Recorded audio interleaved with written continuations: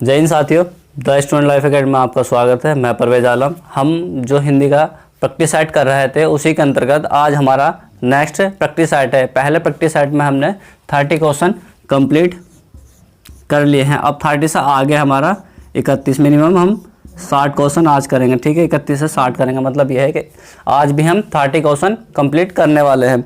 तो इस practice set में आप देख रहे हैं कि जितने भी क्वेश्चन आपसे पूछे जा रहे हैं वो सब प्रीवियस ईयर क्वेश्चन है और ये सब एग्जाम में आए हुए हैं। ये टेक्निकल जो टीम है हमारी, इन क्वेश्चनों को ये टाइप किया गया है और इसमें जो आपका पहला क्वेश्चन है, 31वां पहला क्वेश्चन है।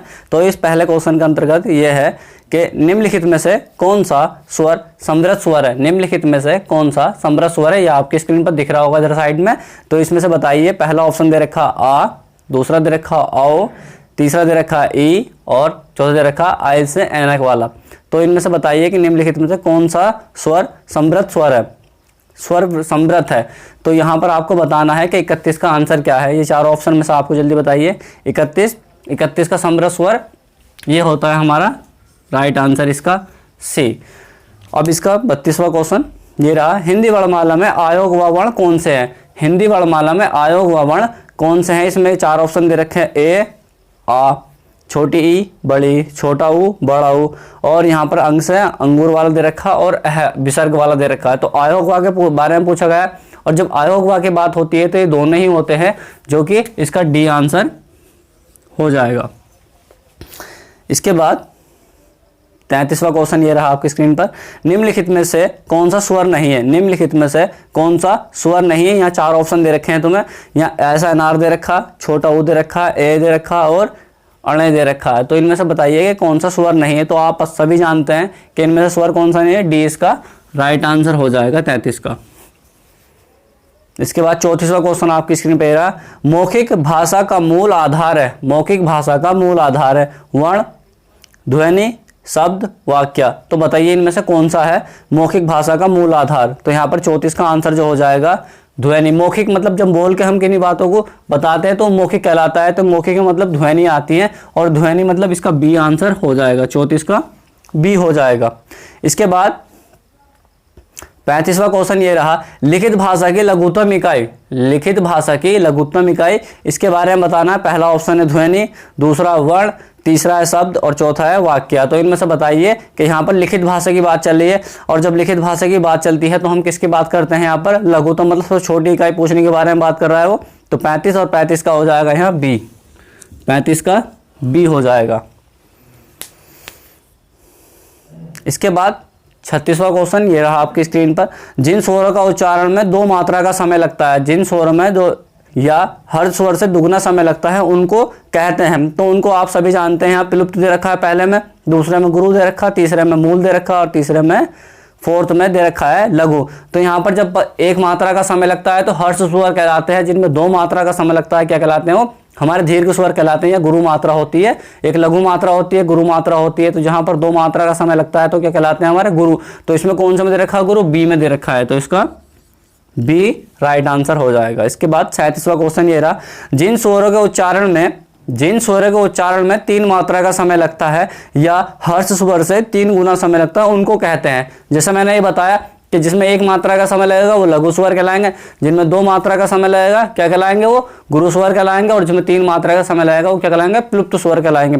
तो प्लुप्त स्वर इसमें आंसर राइट ए दे रखा है। इसके बाद 38वां। निम्न में से कौन सा शब्द स्वर का वर्गीकरण नहीं है। निम्नलिखित में से कौन सा शब्द स्वर का वर्गीकरण नहीं है। तो यहाँ पर पूछा गया है शब्द का वर्गीकरण नहीं है। तो यहाँ पर देखो प्लुप्त भी स्वर का वर्गीकरण है।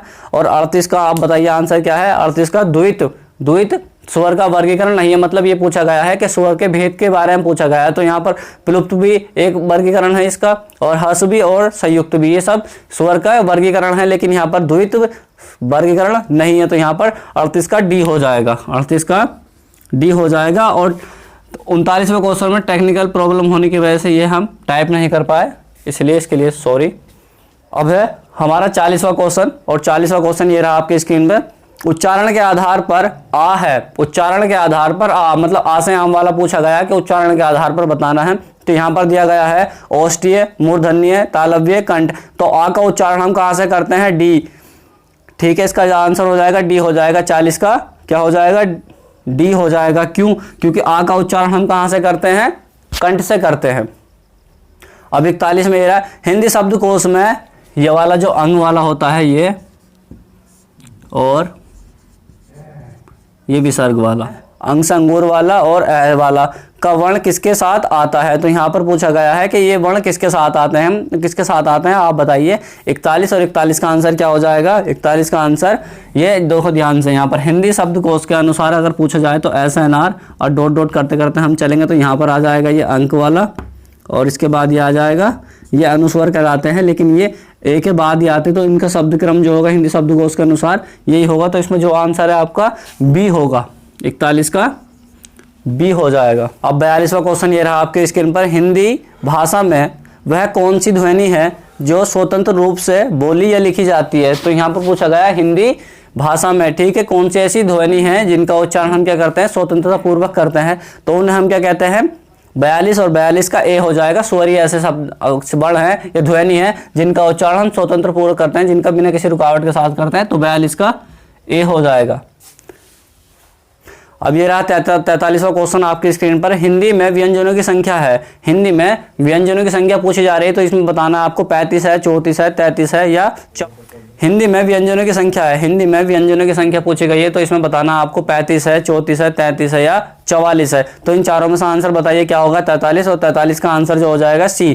तो यहाँ पर इसका आंसर सी हो जाएगा। कितनी है यहाँ पर? 33 है। इसके ये 44वां क्वेश्चन आपकी स्क्रीन पर ये रहा, ये हिंदी में मूल व्यंजनों की संख्या, हिंदी में मूल व्यंजनों की संख्या बतानी है। यह आपको इसमें ऑप्शन दे रखा है 31, 33, 35 और 42। तो यहाँ पर 44 का आंसर जो हो जाएगा वो बी हो जाएगा। जब मूल की बात करी जाए तो मूल हमारे 33 ही होते हैं, तो इसका आंसर ही हो जाएगा बी हो जाएगा।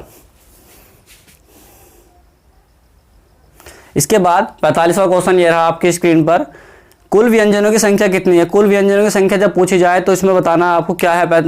45 में दे रखा है, पहले में दे रखा है 33, दूसरे में 32, तीसरे में 35 और चौथे में 44। तो यहाँ पर 45 और 45 का आंसर जो कुल की बात करी जाए तो कुल में हो जाएगा हमारे 35 मतलब सी यहाँ पर इसका सही आंसर है। इसके बाद 46 में पूछा जा रहा है संयुक्त व्यंजनों की संख्या बतानी है। संयुक्त व्यंजनों की संख्या आप सभी जानते हैं कौन कौन से होते हैं हमारे, ये होते हैं, पहला होता है हमारा 6 छात्री वाला, तय त्रिशूल, गय ज्ञानी और एक ये वाला होता है, तो ये 4 होगा। ठीक है, इसकी संख्या कितनी होती है? 4 होती है, तो ये हमारा 20 का राइट आंसर हो जाएगा। इसके बाद 47 में 6 किसके अंतर्गत आता है ये पूछा गया। देखो अभी मैंने बताया था, तो संयुक्त का आ जाएगा, किसका आ जाएगा? यहाँ पर संयुक्त नहीं पूछा गया, मूल स्वर पूछा गया है, घोष वर्ण पूछा गया, संयुक्त वर्ण, तो संयुक्त वर्ण के अंतर्गत आ जाएगा 47 का सी हो जाएगा। अभी मैंने बताया था आपको 47 का सी हो जाएगा। इसके बाद 48, किस शब्द में द्वित व्यंजन है? द्वित व्यंजन का मतलब ये होता है कि एक शब्द हो, एक वर्ण आधा और एक पूरा। जैसे मान लो मैंने यहां पर लिखा दिल्ली, तो देखा यहाँ पर ले पूरा है, उसके बाद ये आधा है, तो जहां पर दो वर्ण आपस में क्या हो जाए, रिपीट हो जाए, क्या कहला देंगे? वो हमारा द्वित व्यंजन कहला देंगे। तो यहाँ पर दिल्ली में द्वित व्यंजन है, तो इसका हो जाएगा 48 का सी हो जाएगा। इसके बाद 49, इनमें से कंठ ध्वनि है, इनमें से कंठ ध्वनि मतलब जो हमारे यहाँ गला है, इस गले से जो ध्वनि का उच्चारण होता है उसको कहते हैं हम कंठ ध्वनि। तो यहाँ पर कै और ख मतलब 49 का ए राइट आंसर हो जाएगा, ये कंठ ध्वनि कहलाती हैं। इसके बाद 50वां क्वेश्चन ये कहता है कै फै जय कै ख कै गै जय फै ध्वनि किसके अंतर्गत आती है? तो ये जो होती है आगत ध्वनि होती है, और ये किसके प्रभाव वाली, हमने अरबी और फारसी भाषा जब हमारे देश का में इसका प्रभाव पड़ा तो हमने इनके अंतर्गत ये ली। जैसे मान लो अभी हमने यहाँ पर लिखना है बाजार, तो हम कहते हैं बाजार, वो कहते हैं बाजार। तो यहाँ पर जो ये बाजार इस तरीके से लिखते हैं हम, ये बाजार हमारे तरीके से होगी जो हमारी हिंदी भाषा है, लेकिन जो बाजार लिखते हैं ये अरबी फारसी भाषा लिखते हैं, तो यहाँ पर ये बिंदा होता है नीचे, तो इस तरीके से लिखते थे। तो हमने इनका भी उच्चारण करा, तो ये कौन सी भाषा से है? हमारा अरबी फारसी भाषा से है, तो ये हमारा इसका 50 का बी हो जाएगा, 50 का बी हो जाएगा। इसके बाद 51, निम्न में से कौन सा टैग वर्ग का नहीं है, टैग वर्ग का नहीं है, तो इसमें डी है, डी टैग वर्ग का नहीं है, 51 का डी हो जाएगा, क्योंकि क्या कबूतर कै खरगोश कै गमला घै, तो घै डी में आ जाएगा। इस तरीके से 52, पंचमाक्षर का उच्चारण होता है, पंचमाक्षर मतलब हमारे जो होते हैं पंचमाक्षर स्पर्श व्यंजन के अंतर्गत आते हैं, ये 5 होते हैं टोटल, और इनका उच्चारण जो होता है कहाँ से होता है, 52, और 52 का जो होगा ए मतलब नाक से इनका उच्चारण होता है, 52 का ए हो जाएगा। 53 का गै ज्ञानी वर्ण, जो गै ज्ञानी वर्ण है ये वाला, ये पूछा गया, ये गै ज्ञानी वर्ण किन वर्णों का संयोग से बना है, तो यहाँ पर जो बना है किससे बना है, या 20 का आंसर हो जाएगा, ये जय, इस वर्ण का ये हो जाएगा जय और प्लस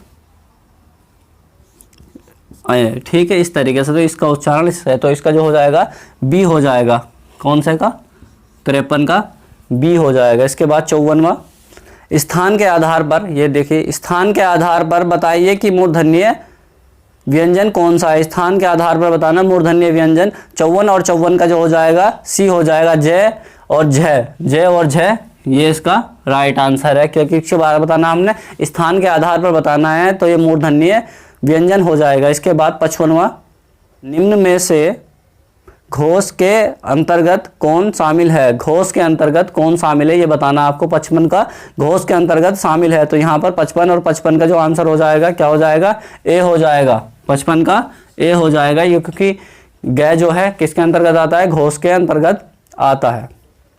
निम्न में से संयुक्त व्यंजन कौन सा है, संयुक्त व्यंजन के बारे में बताया था, संयुक्त व्यंजन ये रहा, तो ये किस में आया है, हमारा बी में आया है, ये बी में है। इसके बाद 57वां क्वेश्चन ये रहा, स और ये तीनों स है संघर्षी, यहाँ पूछा गया है कि निम्न में से इनमें स जो है ये हमारे स और स सिरकोट वाला, स सलजम वाला, स सिरकोट वाला, स सपेरा वाला और है हल वाला कौन सा व्यंजन कहलाता है, कौन से व्यंजन कहलाते हैं इनके बारे में बताना है। तो यहाँ पर इसका 57 का क्या हो जाएगा, सी हो जाएगा, ये संघर्षी कहलाते हैं, क्या कहलाते हैं, संघर्षी कहलाते हैं, तो सी इसका राइट आंसर हो जाएगा।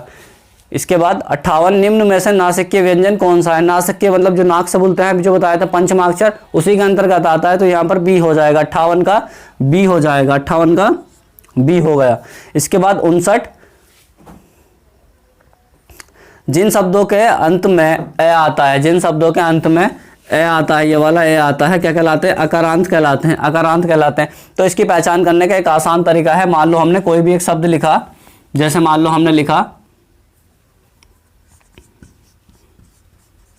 आराम, तो यहाँ पर देखना ए की ध्वनि निकलती है, मैं क्या निकलती है, ए की ध्वनि निकलती है, तो यहाँ अंत से पहचान करनी होती है, अकारांत है, ओकारांत है, एकारांत है, तो यहाँ पर ए की ध्वनि निकलती है, तो यहाँ पर इस तरीके से इस शब्द में क्या उसे क्या कहते हैं हम, डी हो जाएगा इसका आंसर, क्योंकि जहाँ पर ए की ध्वनि निकलती है वो आकारांत शब्द कहलाते हैं। इसके बाद लास्ट क्वेश्चन ये रहा, 6 वर्ण किस के योग से बना है, तो यहाँ पर इसका आंसर जो हो जाएगा 60 का ए हो जाएगा, क्योंकि ये कैसे बनता है, वर्ण कै प्लस स से मिलकर बनता है, स सिरकोट वाले से, तो इसका आंसर जो हो जाएगा राइट ए हो जाएगा। तो इस तरीके से हमने आज 60 क्वेश्चन कंप्लीट कर लिए हैं, आगे भी इसकी वीडियो आएगी जिसमें हम कितने करेंगे, 30 क्वेश्चन और कंप्लीट करेंगे।